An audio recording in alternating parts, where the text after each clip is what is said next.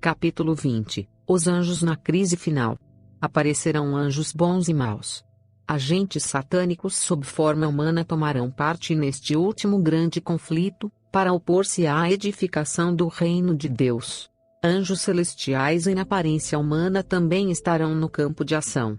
Os dois partidos antagônicos prosseguirão existindo até o encerramento do último grande capítulo da história deste mundo.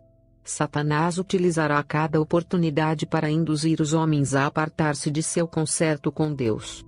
Ele e os anjos que com ele caíram aparecerão na terra como homens, procurando enganar.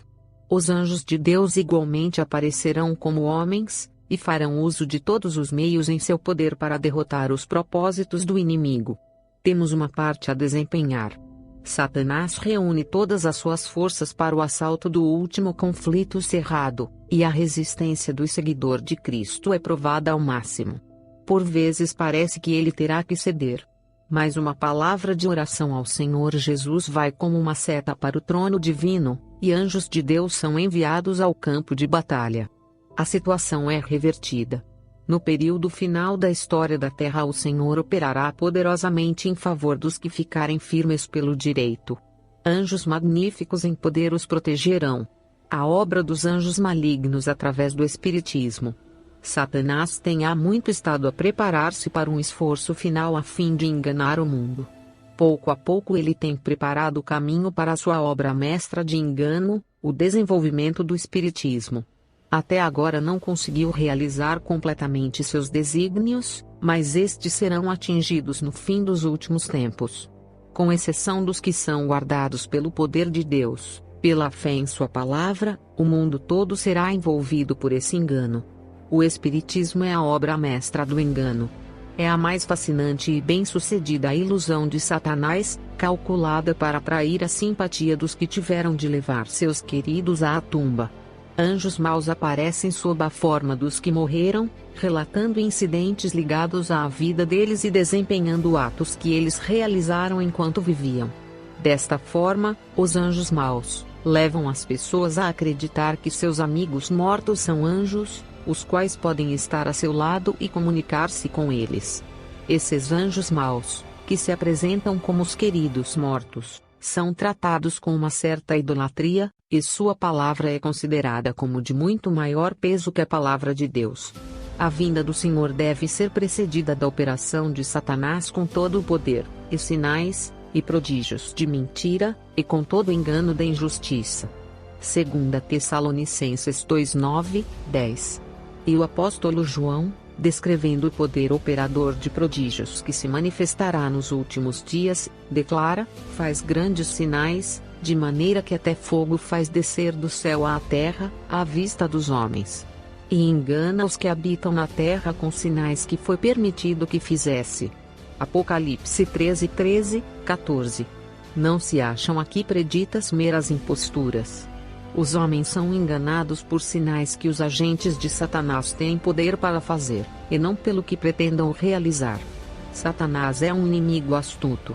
Não é difícil para os anjos maus assumirem a forma tanto de santos quanto de pecadores já mortos, tornando a representação dos mesmos visíveis aos olhos humanos. Tais manifestações serão mais e mais frequentes, e manifestações mais extraordinárias ocorrerão à medida que nos aproximarmos do fim do tempo. Ele, Satanás, tem poder para fazer surgir perante os homens a aparência de seus amigos falecidos. A contrafação é perfeita, a expressão familiar, as palavras, o tom da voz, são reproduzidos com maravilhosa exatidão. Muitos serão defrontados por espíritos de demônios personificando parentes ou amigos queridos, e declarando as mais perigosas heresias. Estes visitantes apelarão para os nossos mais ternos sentimentos de simpatia, efetuando prodígios para apoiarem suas pretensões. Devemos estar preparados para resistir a eles com a verdade bíblica de que os mortos nada sabem, e de que os que desta maneira parecem são espíritos de demônios. Está iminente diante de nós a hora da tentação que há de vir sobre todo o mundo, para tentar os que habitam na terra. Apocalipse 3:10. Todos aqueles cuja fé não estiver firmemente estabelecida na palavra de Deus, serão enganados e vencidos. Comunicações por parte dos espíritos declararão que Deus os enviou para convencer de seu erro os que rejeitam o domingo, afirmando que as leis do país deveriam ser obedecidas como a lei de Deus. Lamentarão a grande impiedade no mundo, apoiando o testemunho dos ensinadores religiosos de que o estado de rebaixamento da moral se deve à profanação do domingo. Grande será a indignação despertada contra todos os que se recusam a aceitar-lhes o testemunho. Milagres no tempo do fim. Antes do fim do tempo ele, Satanás, operará maravilhas ainda maiores. Até onde chegar o seu poder, ele há de realizar verdadeiros milagres. Dizem as Escrituras, e engana os que habitam na terra com sinais que ele foi permitido que fizesse. Apocalipse 13:14, não meramente os que ele pretende fazer. Esse texto apresenta alguma coisa mais que simples ilusões. Não precisamos ser enganados. Cenas assombrosas, com as quais Satanás estará intimamente ligado, terão lugar em breve. A palavra de Deus declara que Satanás operará milagres. Fará com que as pessoas fiquem doentes, e depois, de repente, removerá delas seu poder satânico. Serão consideradas então como curadas. Essas obras de cura aparente levarão os adventistas do sétimo dia à prova. Alguns serão tentados a aceitar essas maravilhas como sendo de Deus. Enfermos serão curados à nossa vista. Milagres se efetuarão aos nossos olhos. Estamos nós apercebidos para a prova que nos aguarda quando as mentirosas maravilhas de Satanás forem mais amplamente exibidas. Não serão muitas almas enredadas e arrebatadas. Separando-se dos positivos preceitos e mandamentos de Deus, e dando ouvido às fábulas, o espírito de muitos se está preparando para receber esses milagres de mentira. Cumpre buscarmos todos armar-nos para o combate em que nos havemos de em breve empenhar. A fé na palavra de Deus, o estudo apoiado pela oração e aplicado praticamente, será nossa proteção contra o poder de Satanás, levando-nos à vitória pelo sangue de Cristo. Espíritos malignos ativos entre o remanescente. As formas dos mortos aparecerão através de sutis enganos de Satanás, e muitos se unirão com aquele que ama e profere mentiras. Alguns se volverão da fé e darão ouvidos a espíritos sedutores e doutrinas de demônios. Os espiritualistas esforçar-se-ão por se envolver em conflito com os pastores que ensinam a verdade. Se estes não aceitarem, aqueles citarão as Escrituras para provar suas afirmações, tal como fez Satanás com Cristo. Provai todas as coisas, dirão eles. Entretanto, sua ideia de provar equivale à aceitação de seus enganosos raciocínios e participação em suas reuniões. Nestas, os anjos das trevas assumem a forma de amigos mortos e comunicam-se com as pessoas como se fossem anjos de luz. Seus amados aparecerão em trajes luminosos, tão familiares à vista como quando estavam na terra. Ensinarão as pessoas e conversarão com elas. Muitos serão enganados por esta maravilhosa demonstração do poder de Satanás. A única segurança para o povo de Deus é estar em constante relacionamento com suas Bíblias, e conhecer inteligentemente as razões de nossa fé no tocante ao sono dos mortos. Anjos maus na forma de crentes trabalharão em nossas fileiras para introduzir um forte espírito de descrença. Não permitam que nem isto os desanime, mas apresentem um coração sincero para auxílio do Senhor contra os poderes de instrumentos satânicos. Esses poderes do mal se ajuntarão em nossas reuniões, não para receber uma bênção, mas para neutralizar as influências do Espírito de Deus. Nunca devemos captar as palavras que lábios humanos possam proferir para confirmar os anjos maus em sua obra, mas devemos repetir as palavras de Cristo. Ele foi o instrutor nas assembleias desses anjos antes que caíssem de sua elevada posição. Satanás e seus anjos aparecerão na terra como homens e se misturarão com aqueles acerca dos quais a palavra de Deus diz: nos últimos tempos, apostatarão alguns da fé, dando ouvidos a espíritos enganadores e a doutrinas de demônios. 1 Timóteo 4:1. Quando esses enganos espiritualistas forem revelados em seu verdadeiro caráter, obras secretas dos espíritos maus, aqueles que participaram das mesmas se tornarão como homens que perderam o juízo. vi nosso povo em grande angústia, chorando e orando, suplicando as infalíveis promessas de Deus, enquanto os ímpios estavam à nossa volta, zombando de nós e ameaçando destruir-nos. Ridicularizavam nossa debilidade, zombavam de nosso pequeno número e nos insultavam com palavras destinadas a ferir-nos profundamente. Acusavam-nos de assumirmos posição independente da do resto do mundo. Haviam-nos tomado os recursos, de modo que não pudéssemos comprar ou vender, e destacavam nossa vil pobreza e angustiosa situação. Não conseguiam ver como viveríamos sem o mundo, dependíamos dele e deveríamos fazer concessões em termos de seus costumes, práticas e leis, ou retirar-nos dele. Se era verdade que constituíamos o único povo do mundo a desfrutar do favor divino, as aparências depunham terrivelmente contra nós.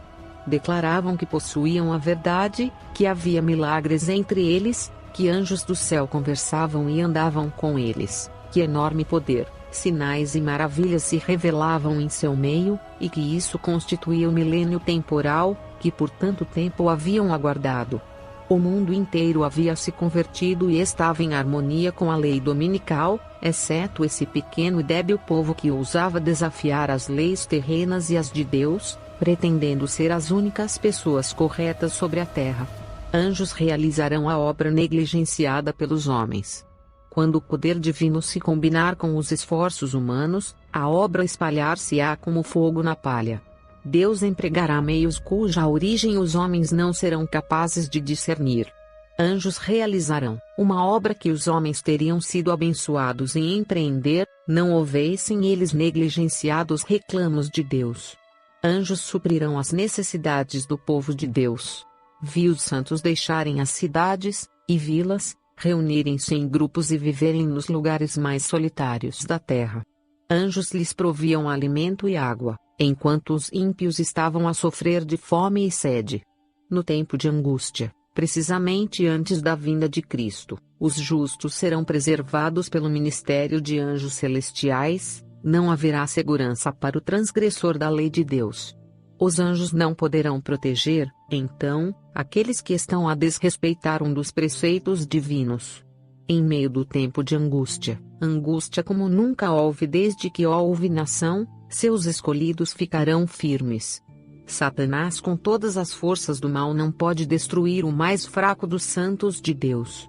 Anjos magníficos em poder os protegerão, e em favor deles Jeová se revelará como Deus dos deuses, capaz de salvar perfeitamente os que nele puseram a sua confiança.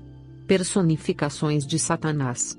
Nessa época aparecerá o Anticristo, como Cristo verdadeiro, e então a lei de Deus será anulada completamente entre as nações do mundo. Amadurecerá a rebelião contra a santa lei de Deus.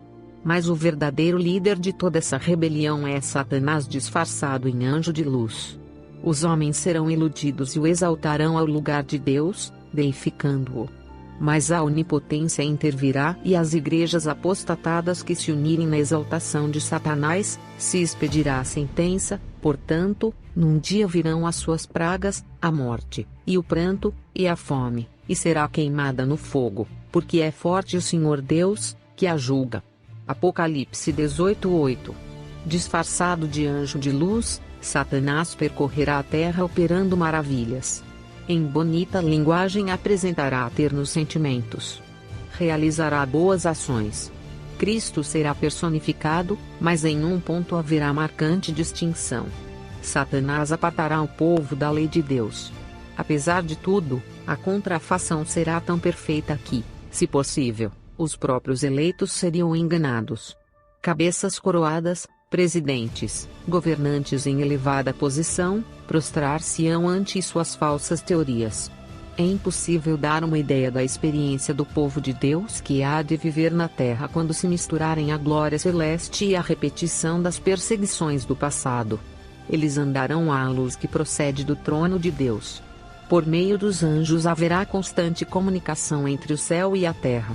E Satanás, rodeado de anjos maus, e declarando-se Deus, operará milagres de todas as espécies, para enganar, se possível, os próprios eleitos.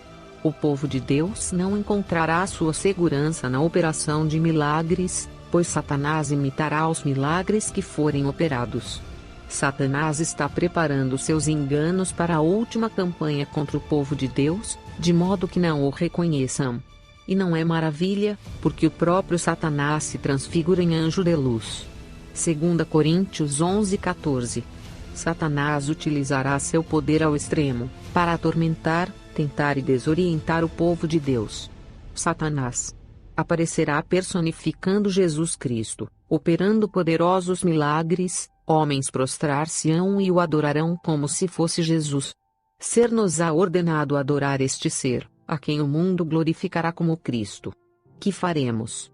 Diremos que Cristo nos advertiu contra tal inimigo, que é o pior que tem contra si o ser humano, embora pretenda ser Deus.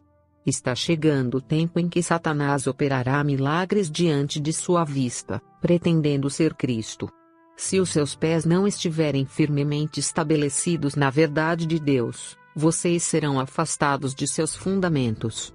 Nos últimos dias ele, Satanás, se apresentará de tal maneira que faça os homens crerem que ele é Cristo vindo pela segunda vez ao mundo.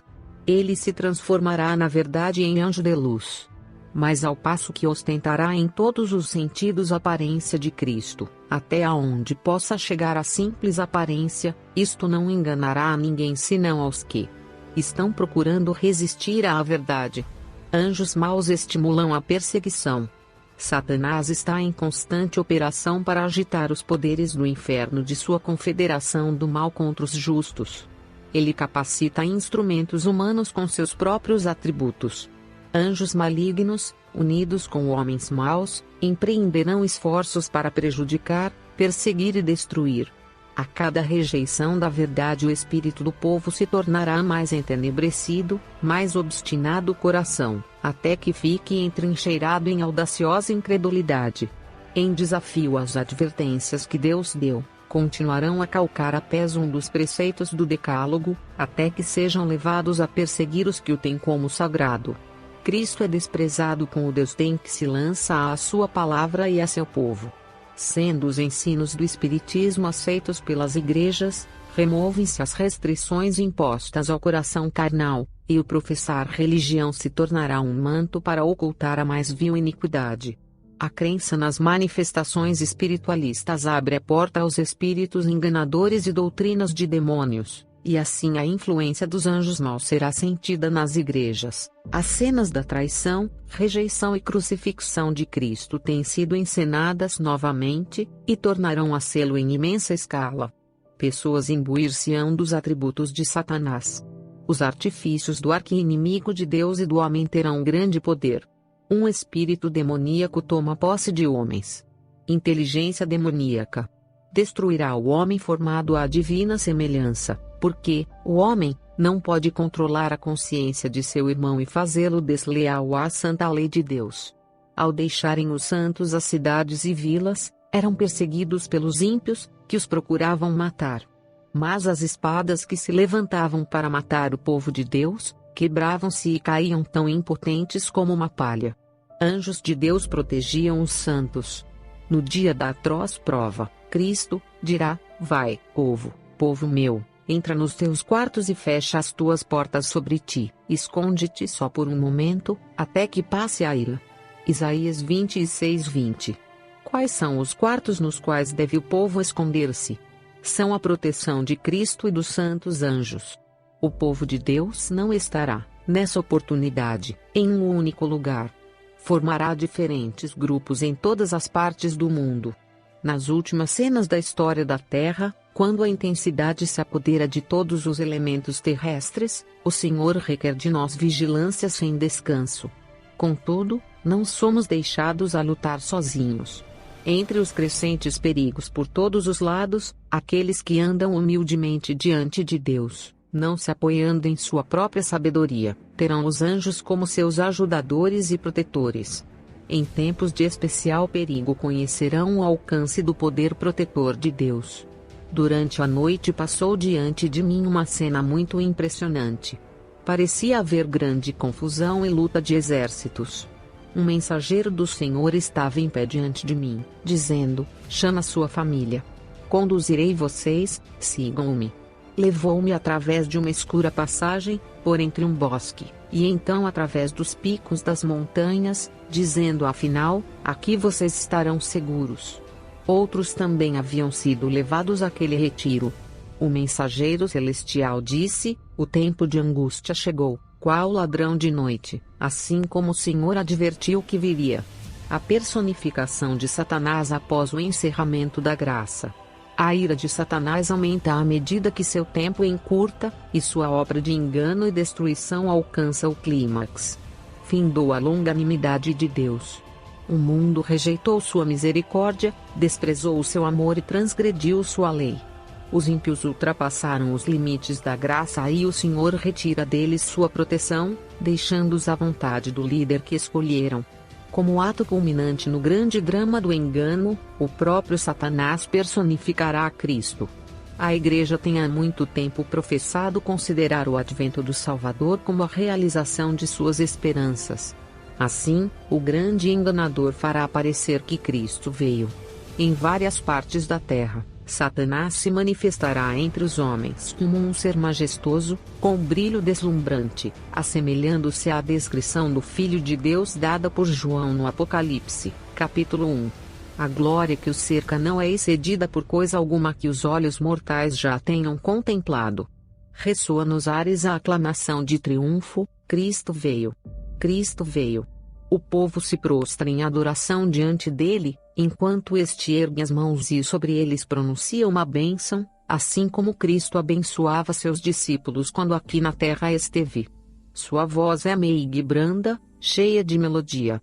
Em tom manso e compassivo apresenta algumas das mesmas verdades celestiais e cheias de graça que o Salvador proferia, cura as doenças do povo, e então, em seu pretenso caráter de Cristo, alega ter mudado o sábado para o domingo, ordenando a todos que santifiquem o dia que ele abençoou.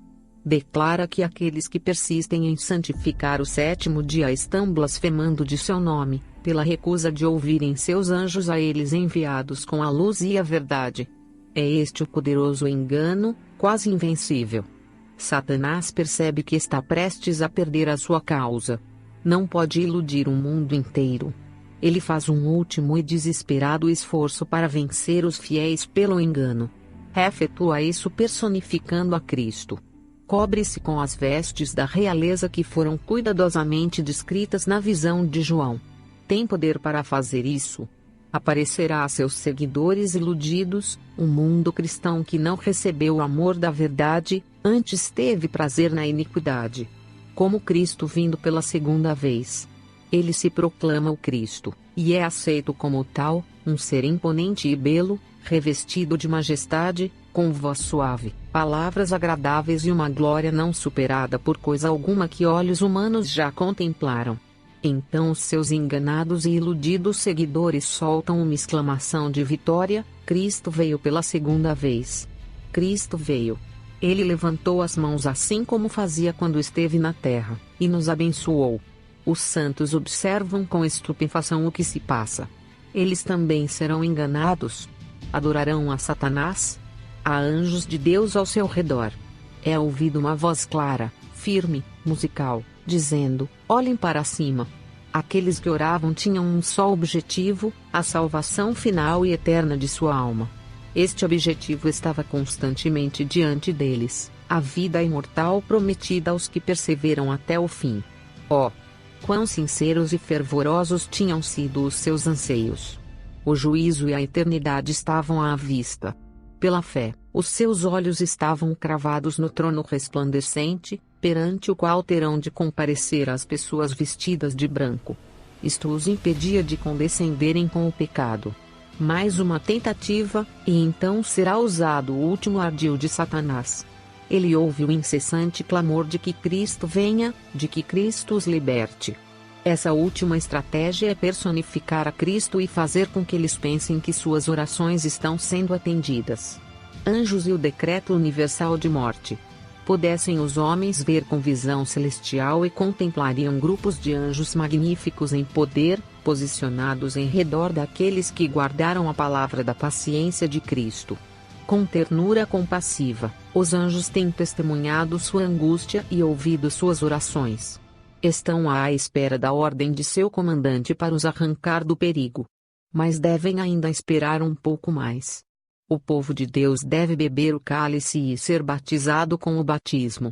A própria demora, para eles tão penosa, é a melhor resposta às suas petições.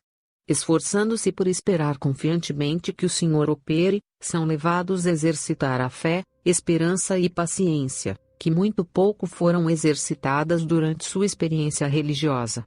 As sentinelas celestiais, fiéis ao seu encargo, continuam com sua vigilância. É visto que um decreto geral haja fixado um tempo em que os observadores dos mandamentos poderão ser mortos, seus inimigos em alguns casos se antecipam ao decreto e, antes do tempo especificado, se esforçam por tirar-lhes a vida. Mas ninguém pode passar através dos poderosos guardas estacionados em redor de toda a alma fiel. Deus se interpõe quando os ímpios tentam matar o seu povo.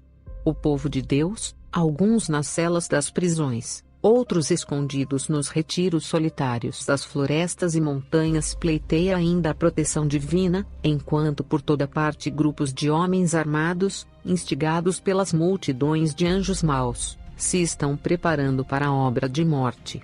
É então, na hora de maior aperto, que o Deus de Israel intervirá para o livramento de seus escolhidos. É à meia-noite que Deus manifesta o seu poder para o livramento de seu povo.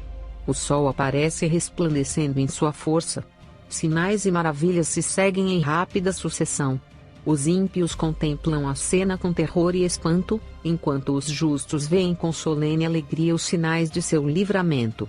Nuvens negras e pesadas sobem e chocam-se umas nas outras. Em meio dos céus agitados, acha-se um espaço claro de glória indescritível, donde vem a voz de Deus. Essa voz abala os céus e a terra.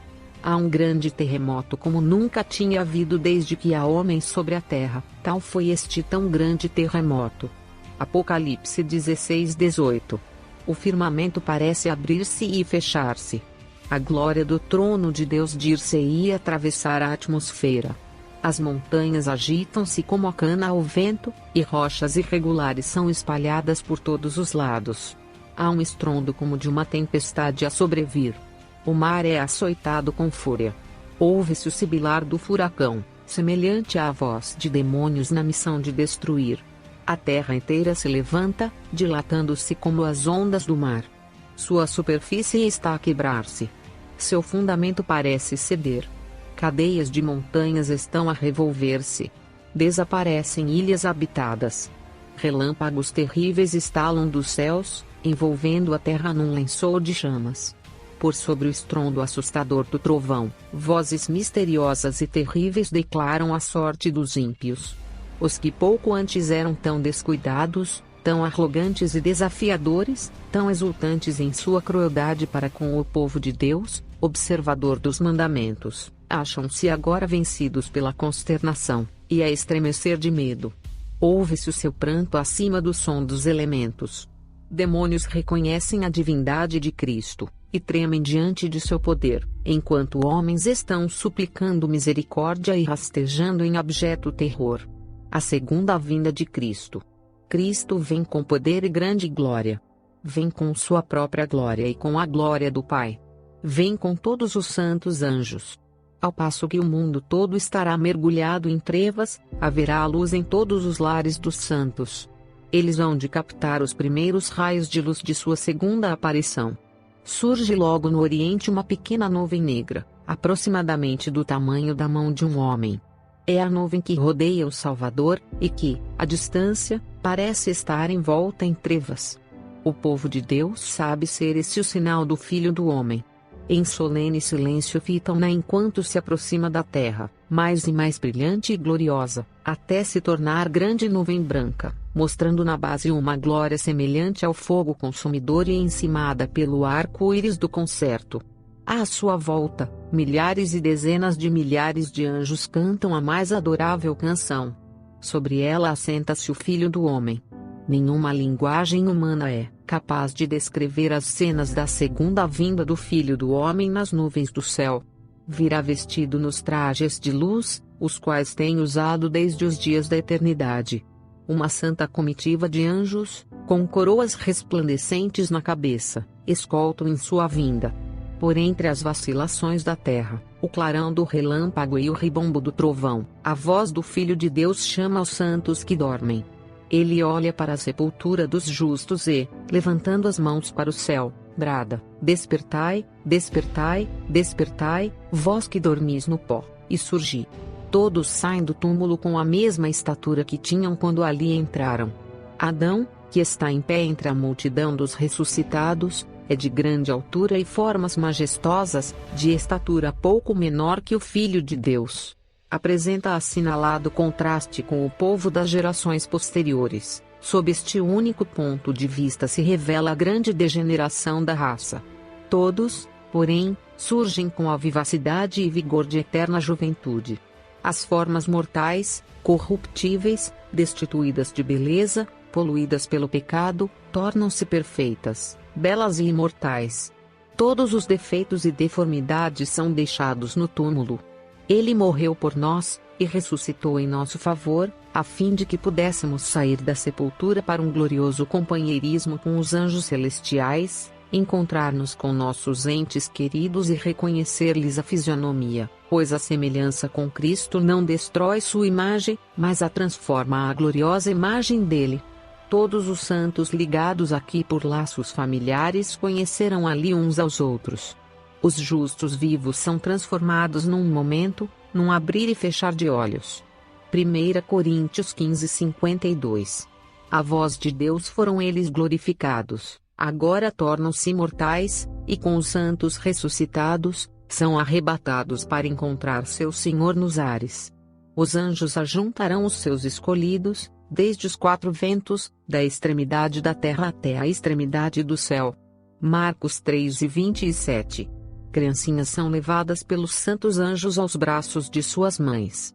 Quando os pequenos se levantam imortais de seus berços no pó, imediatamente voam até os braços de suas mães.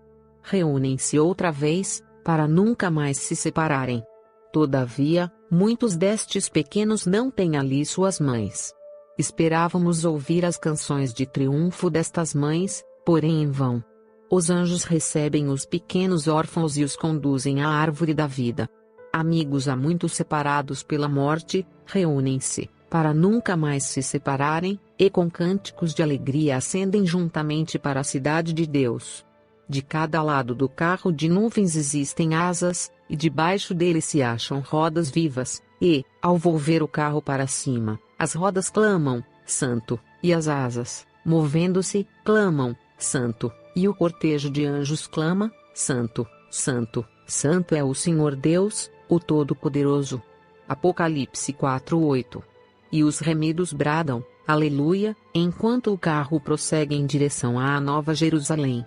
Todos nós entramos na nuvem, e estivemos 7 dias ascendendo para um mar de vidro, aonde Jesus trouxe as coroas, e com sua própria destra as colocou sobre nossa cabeça.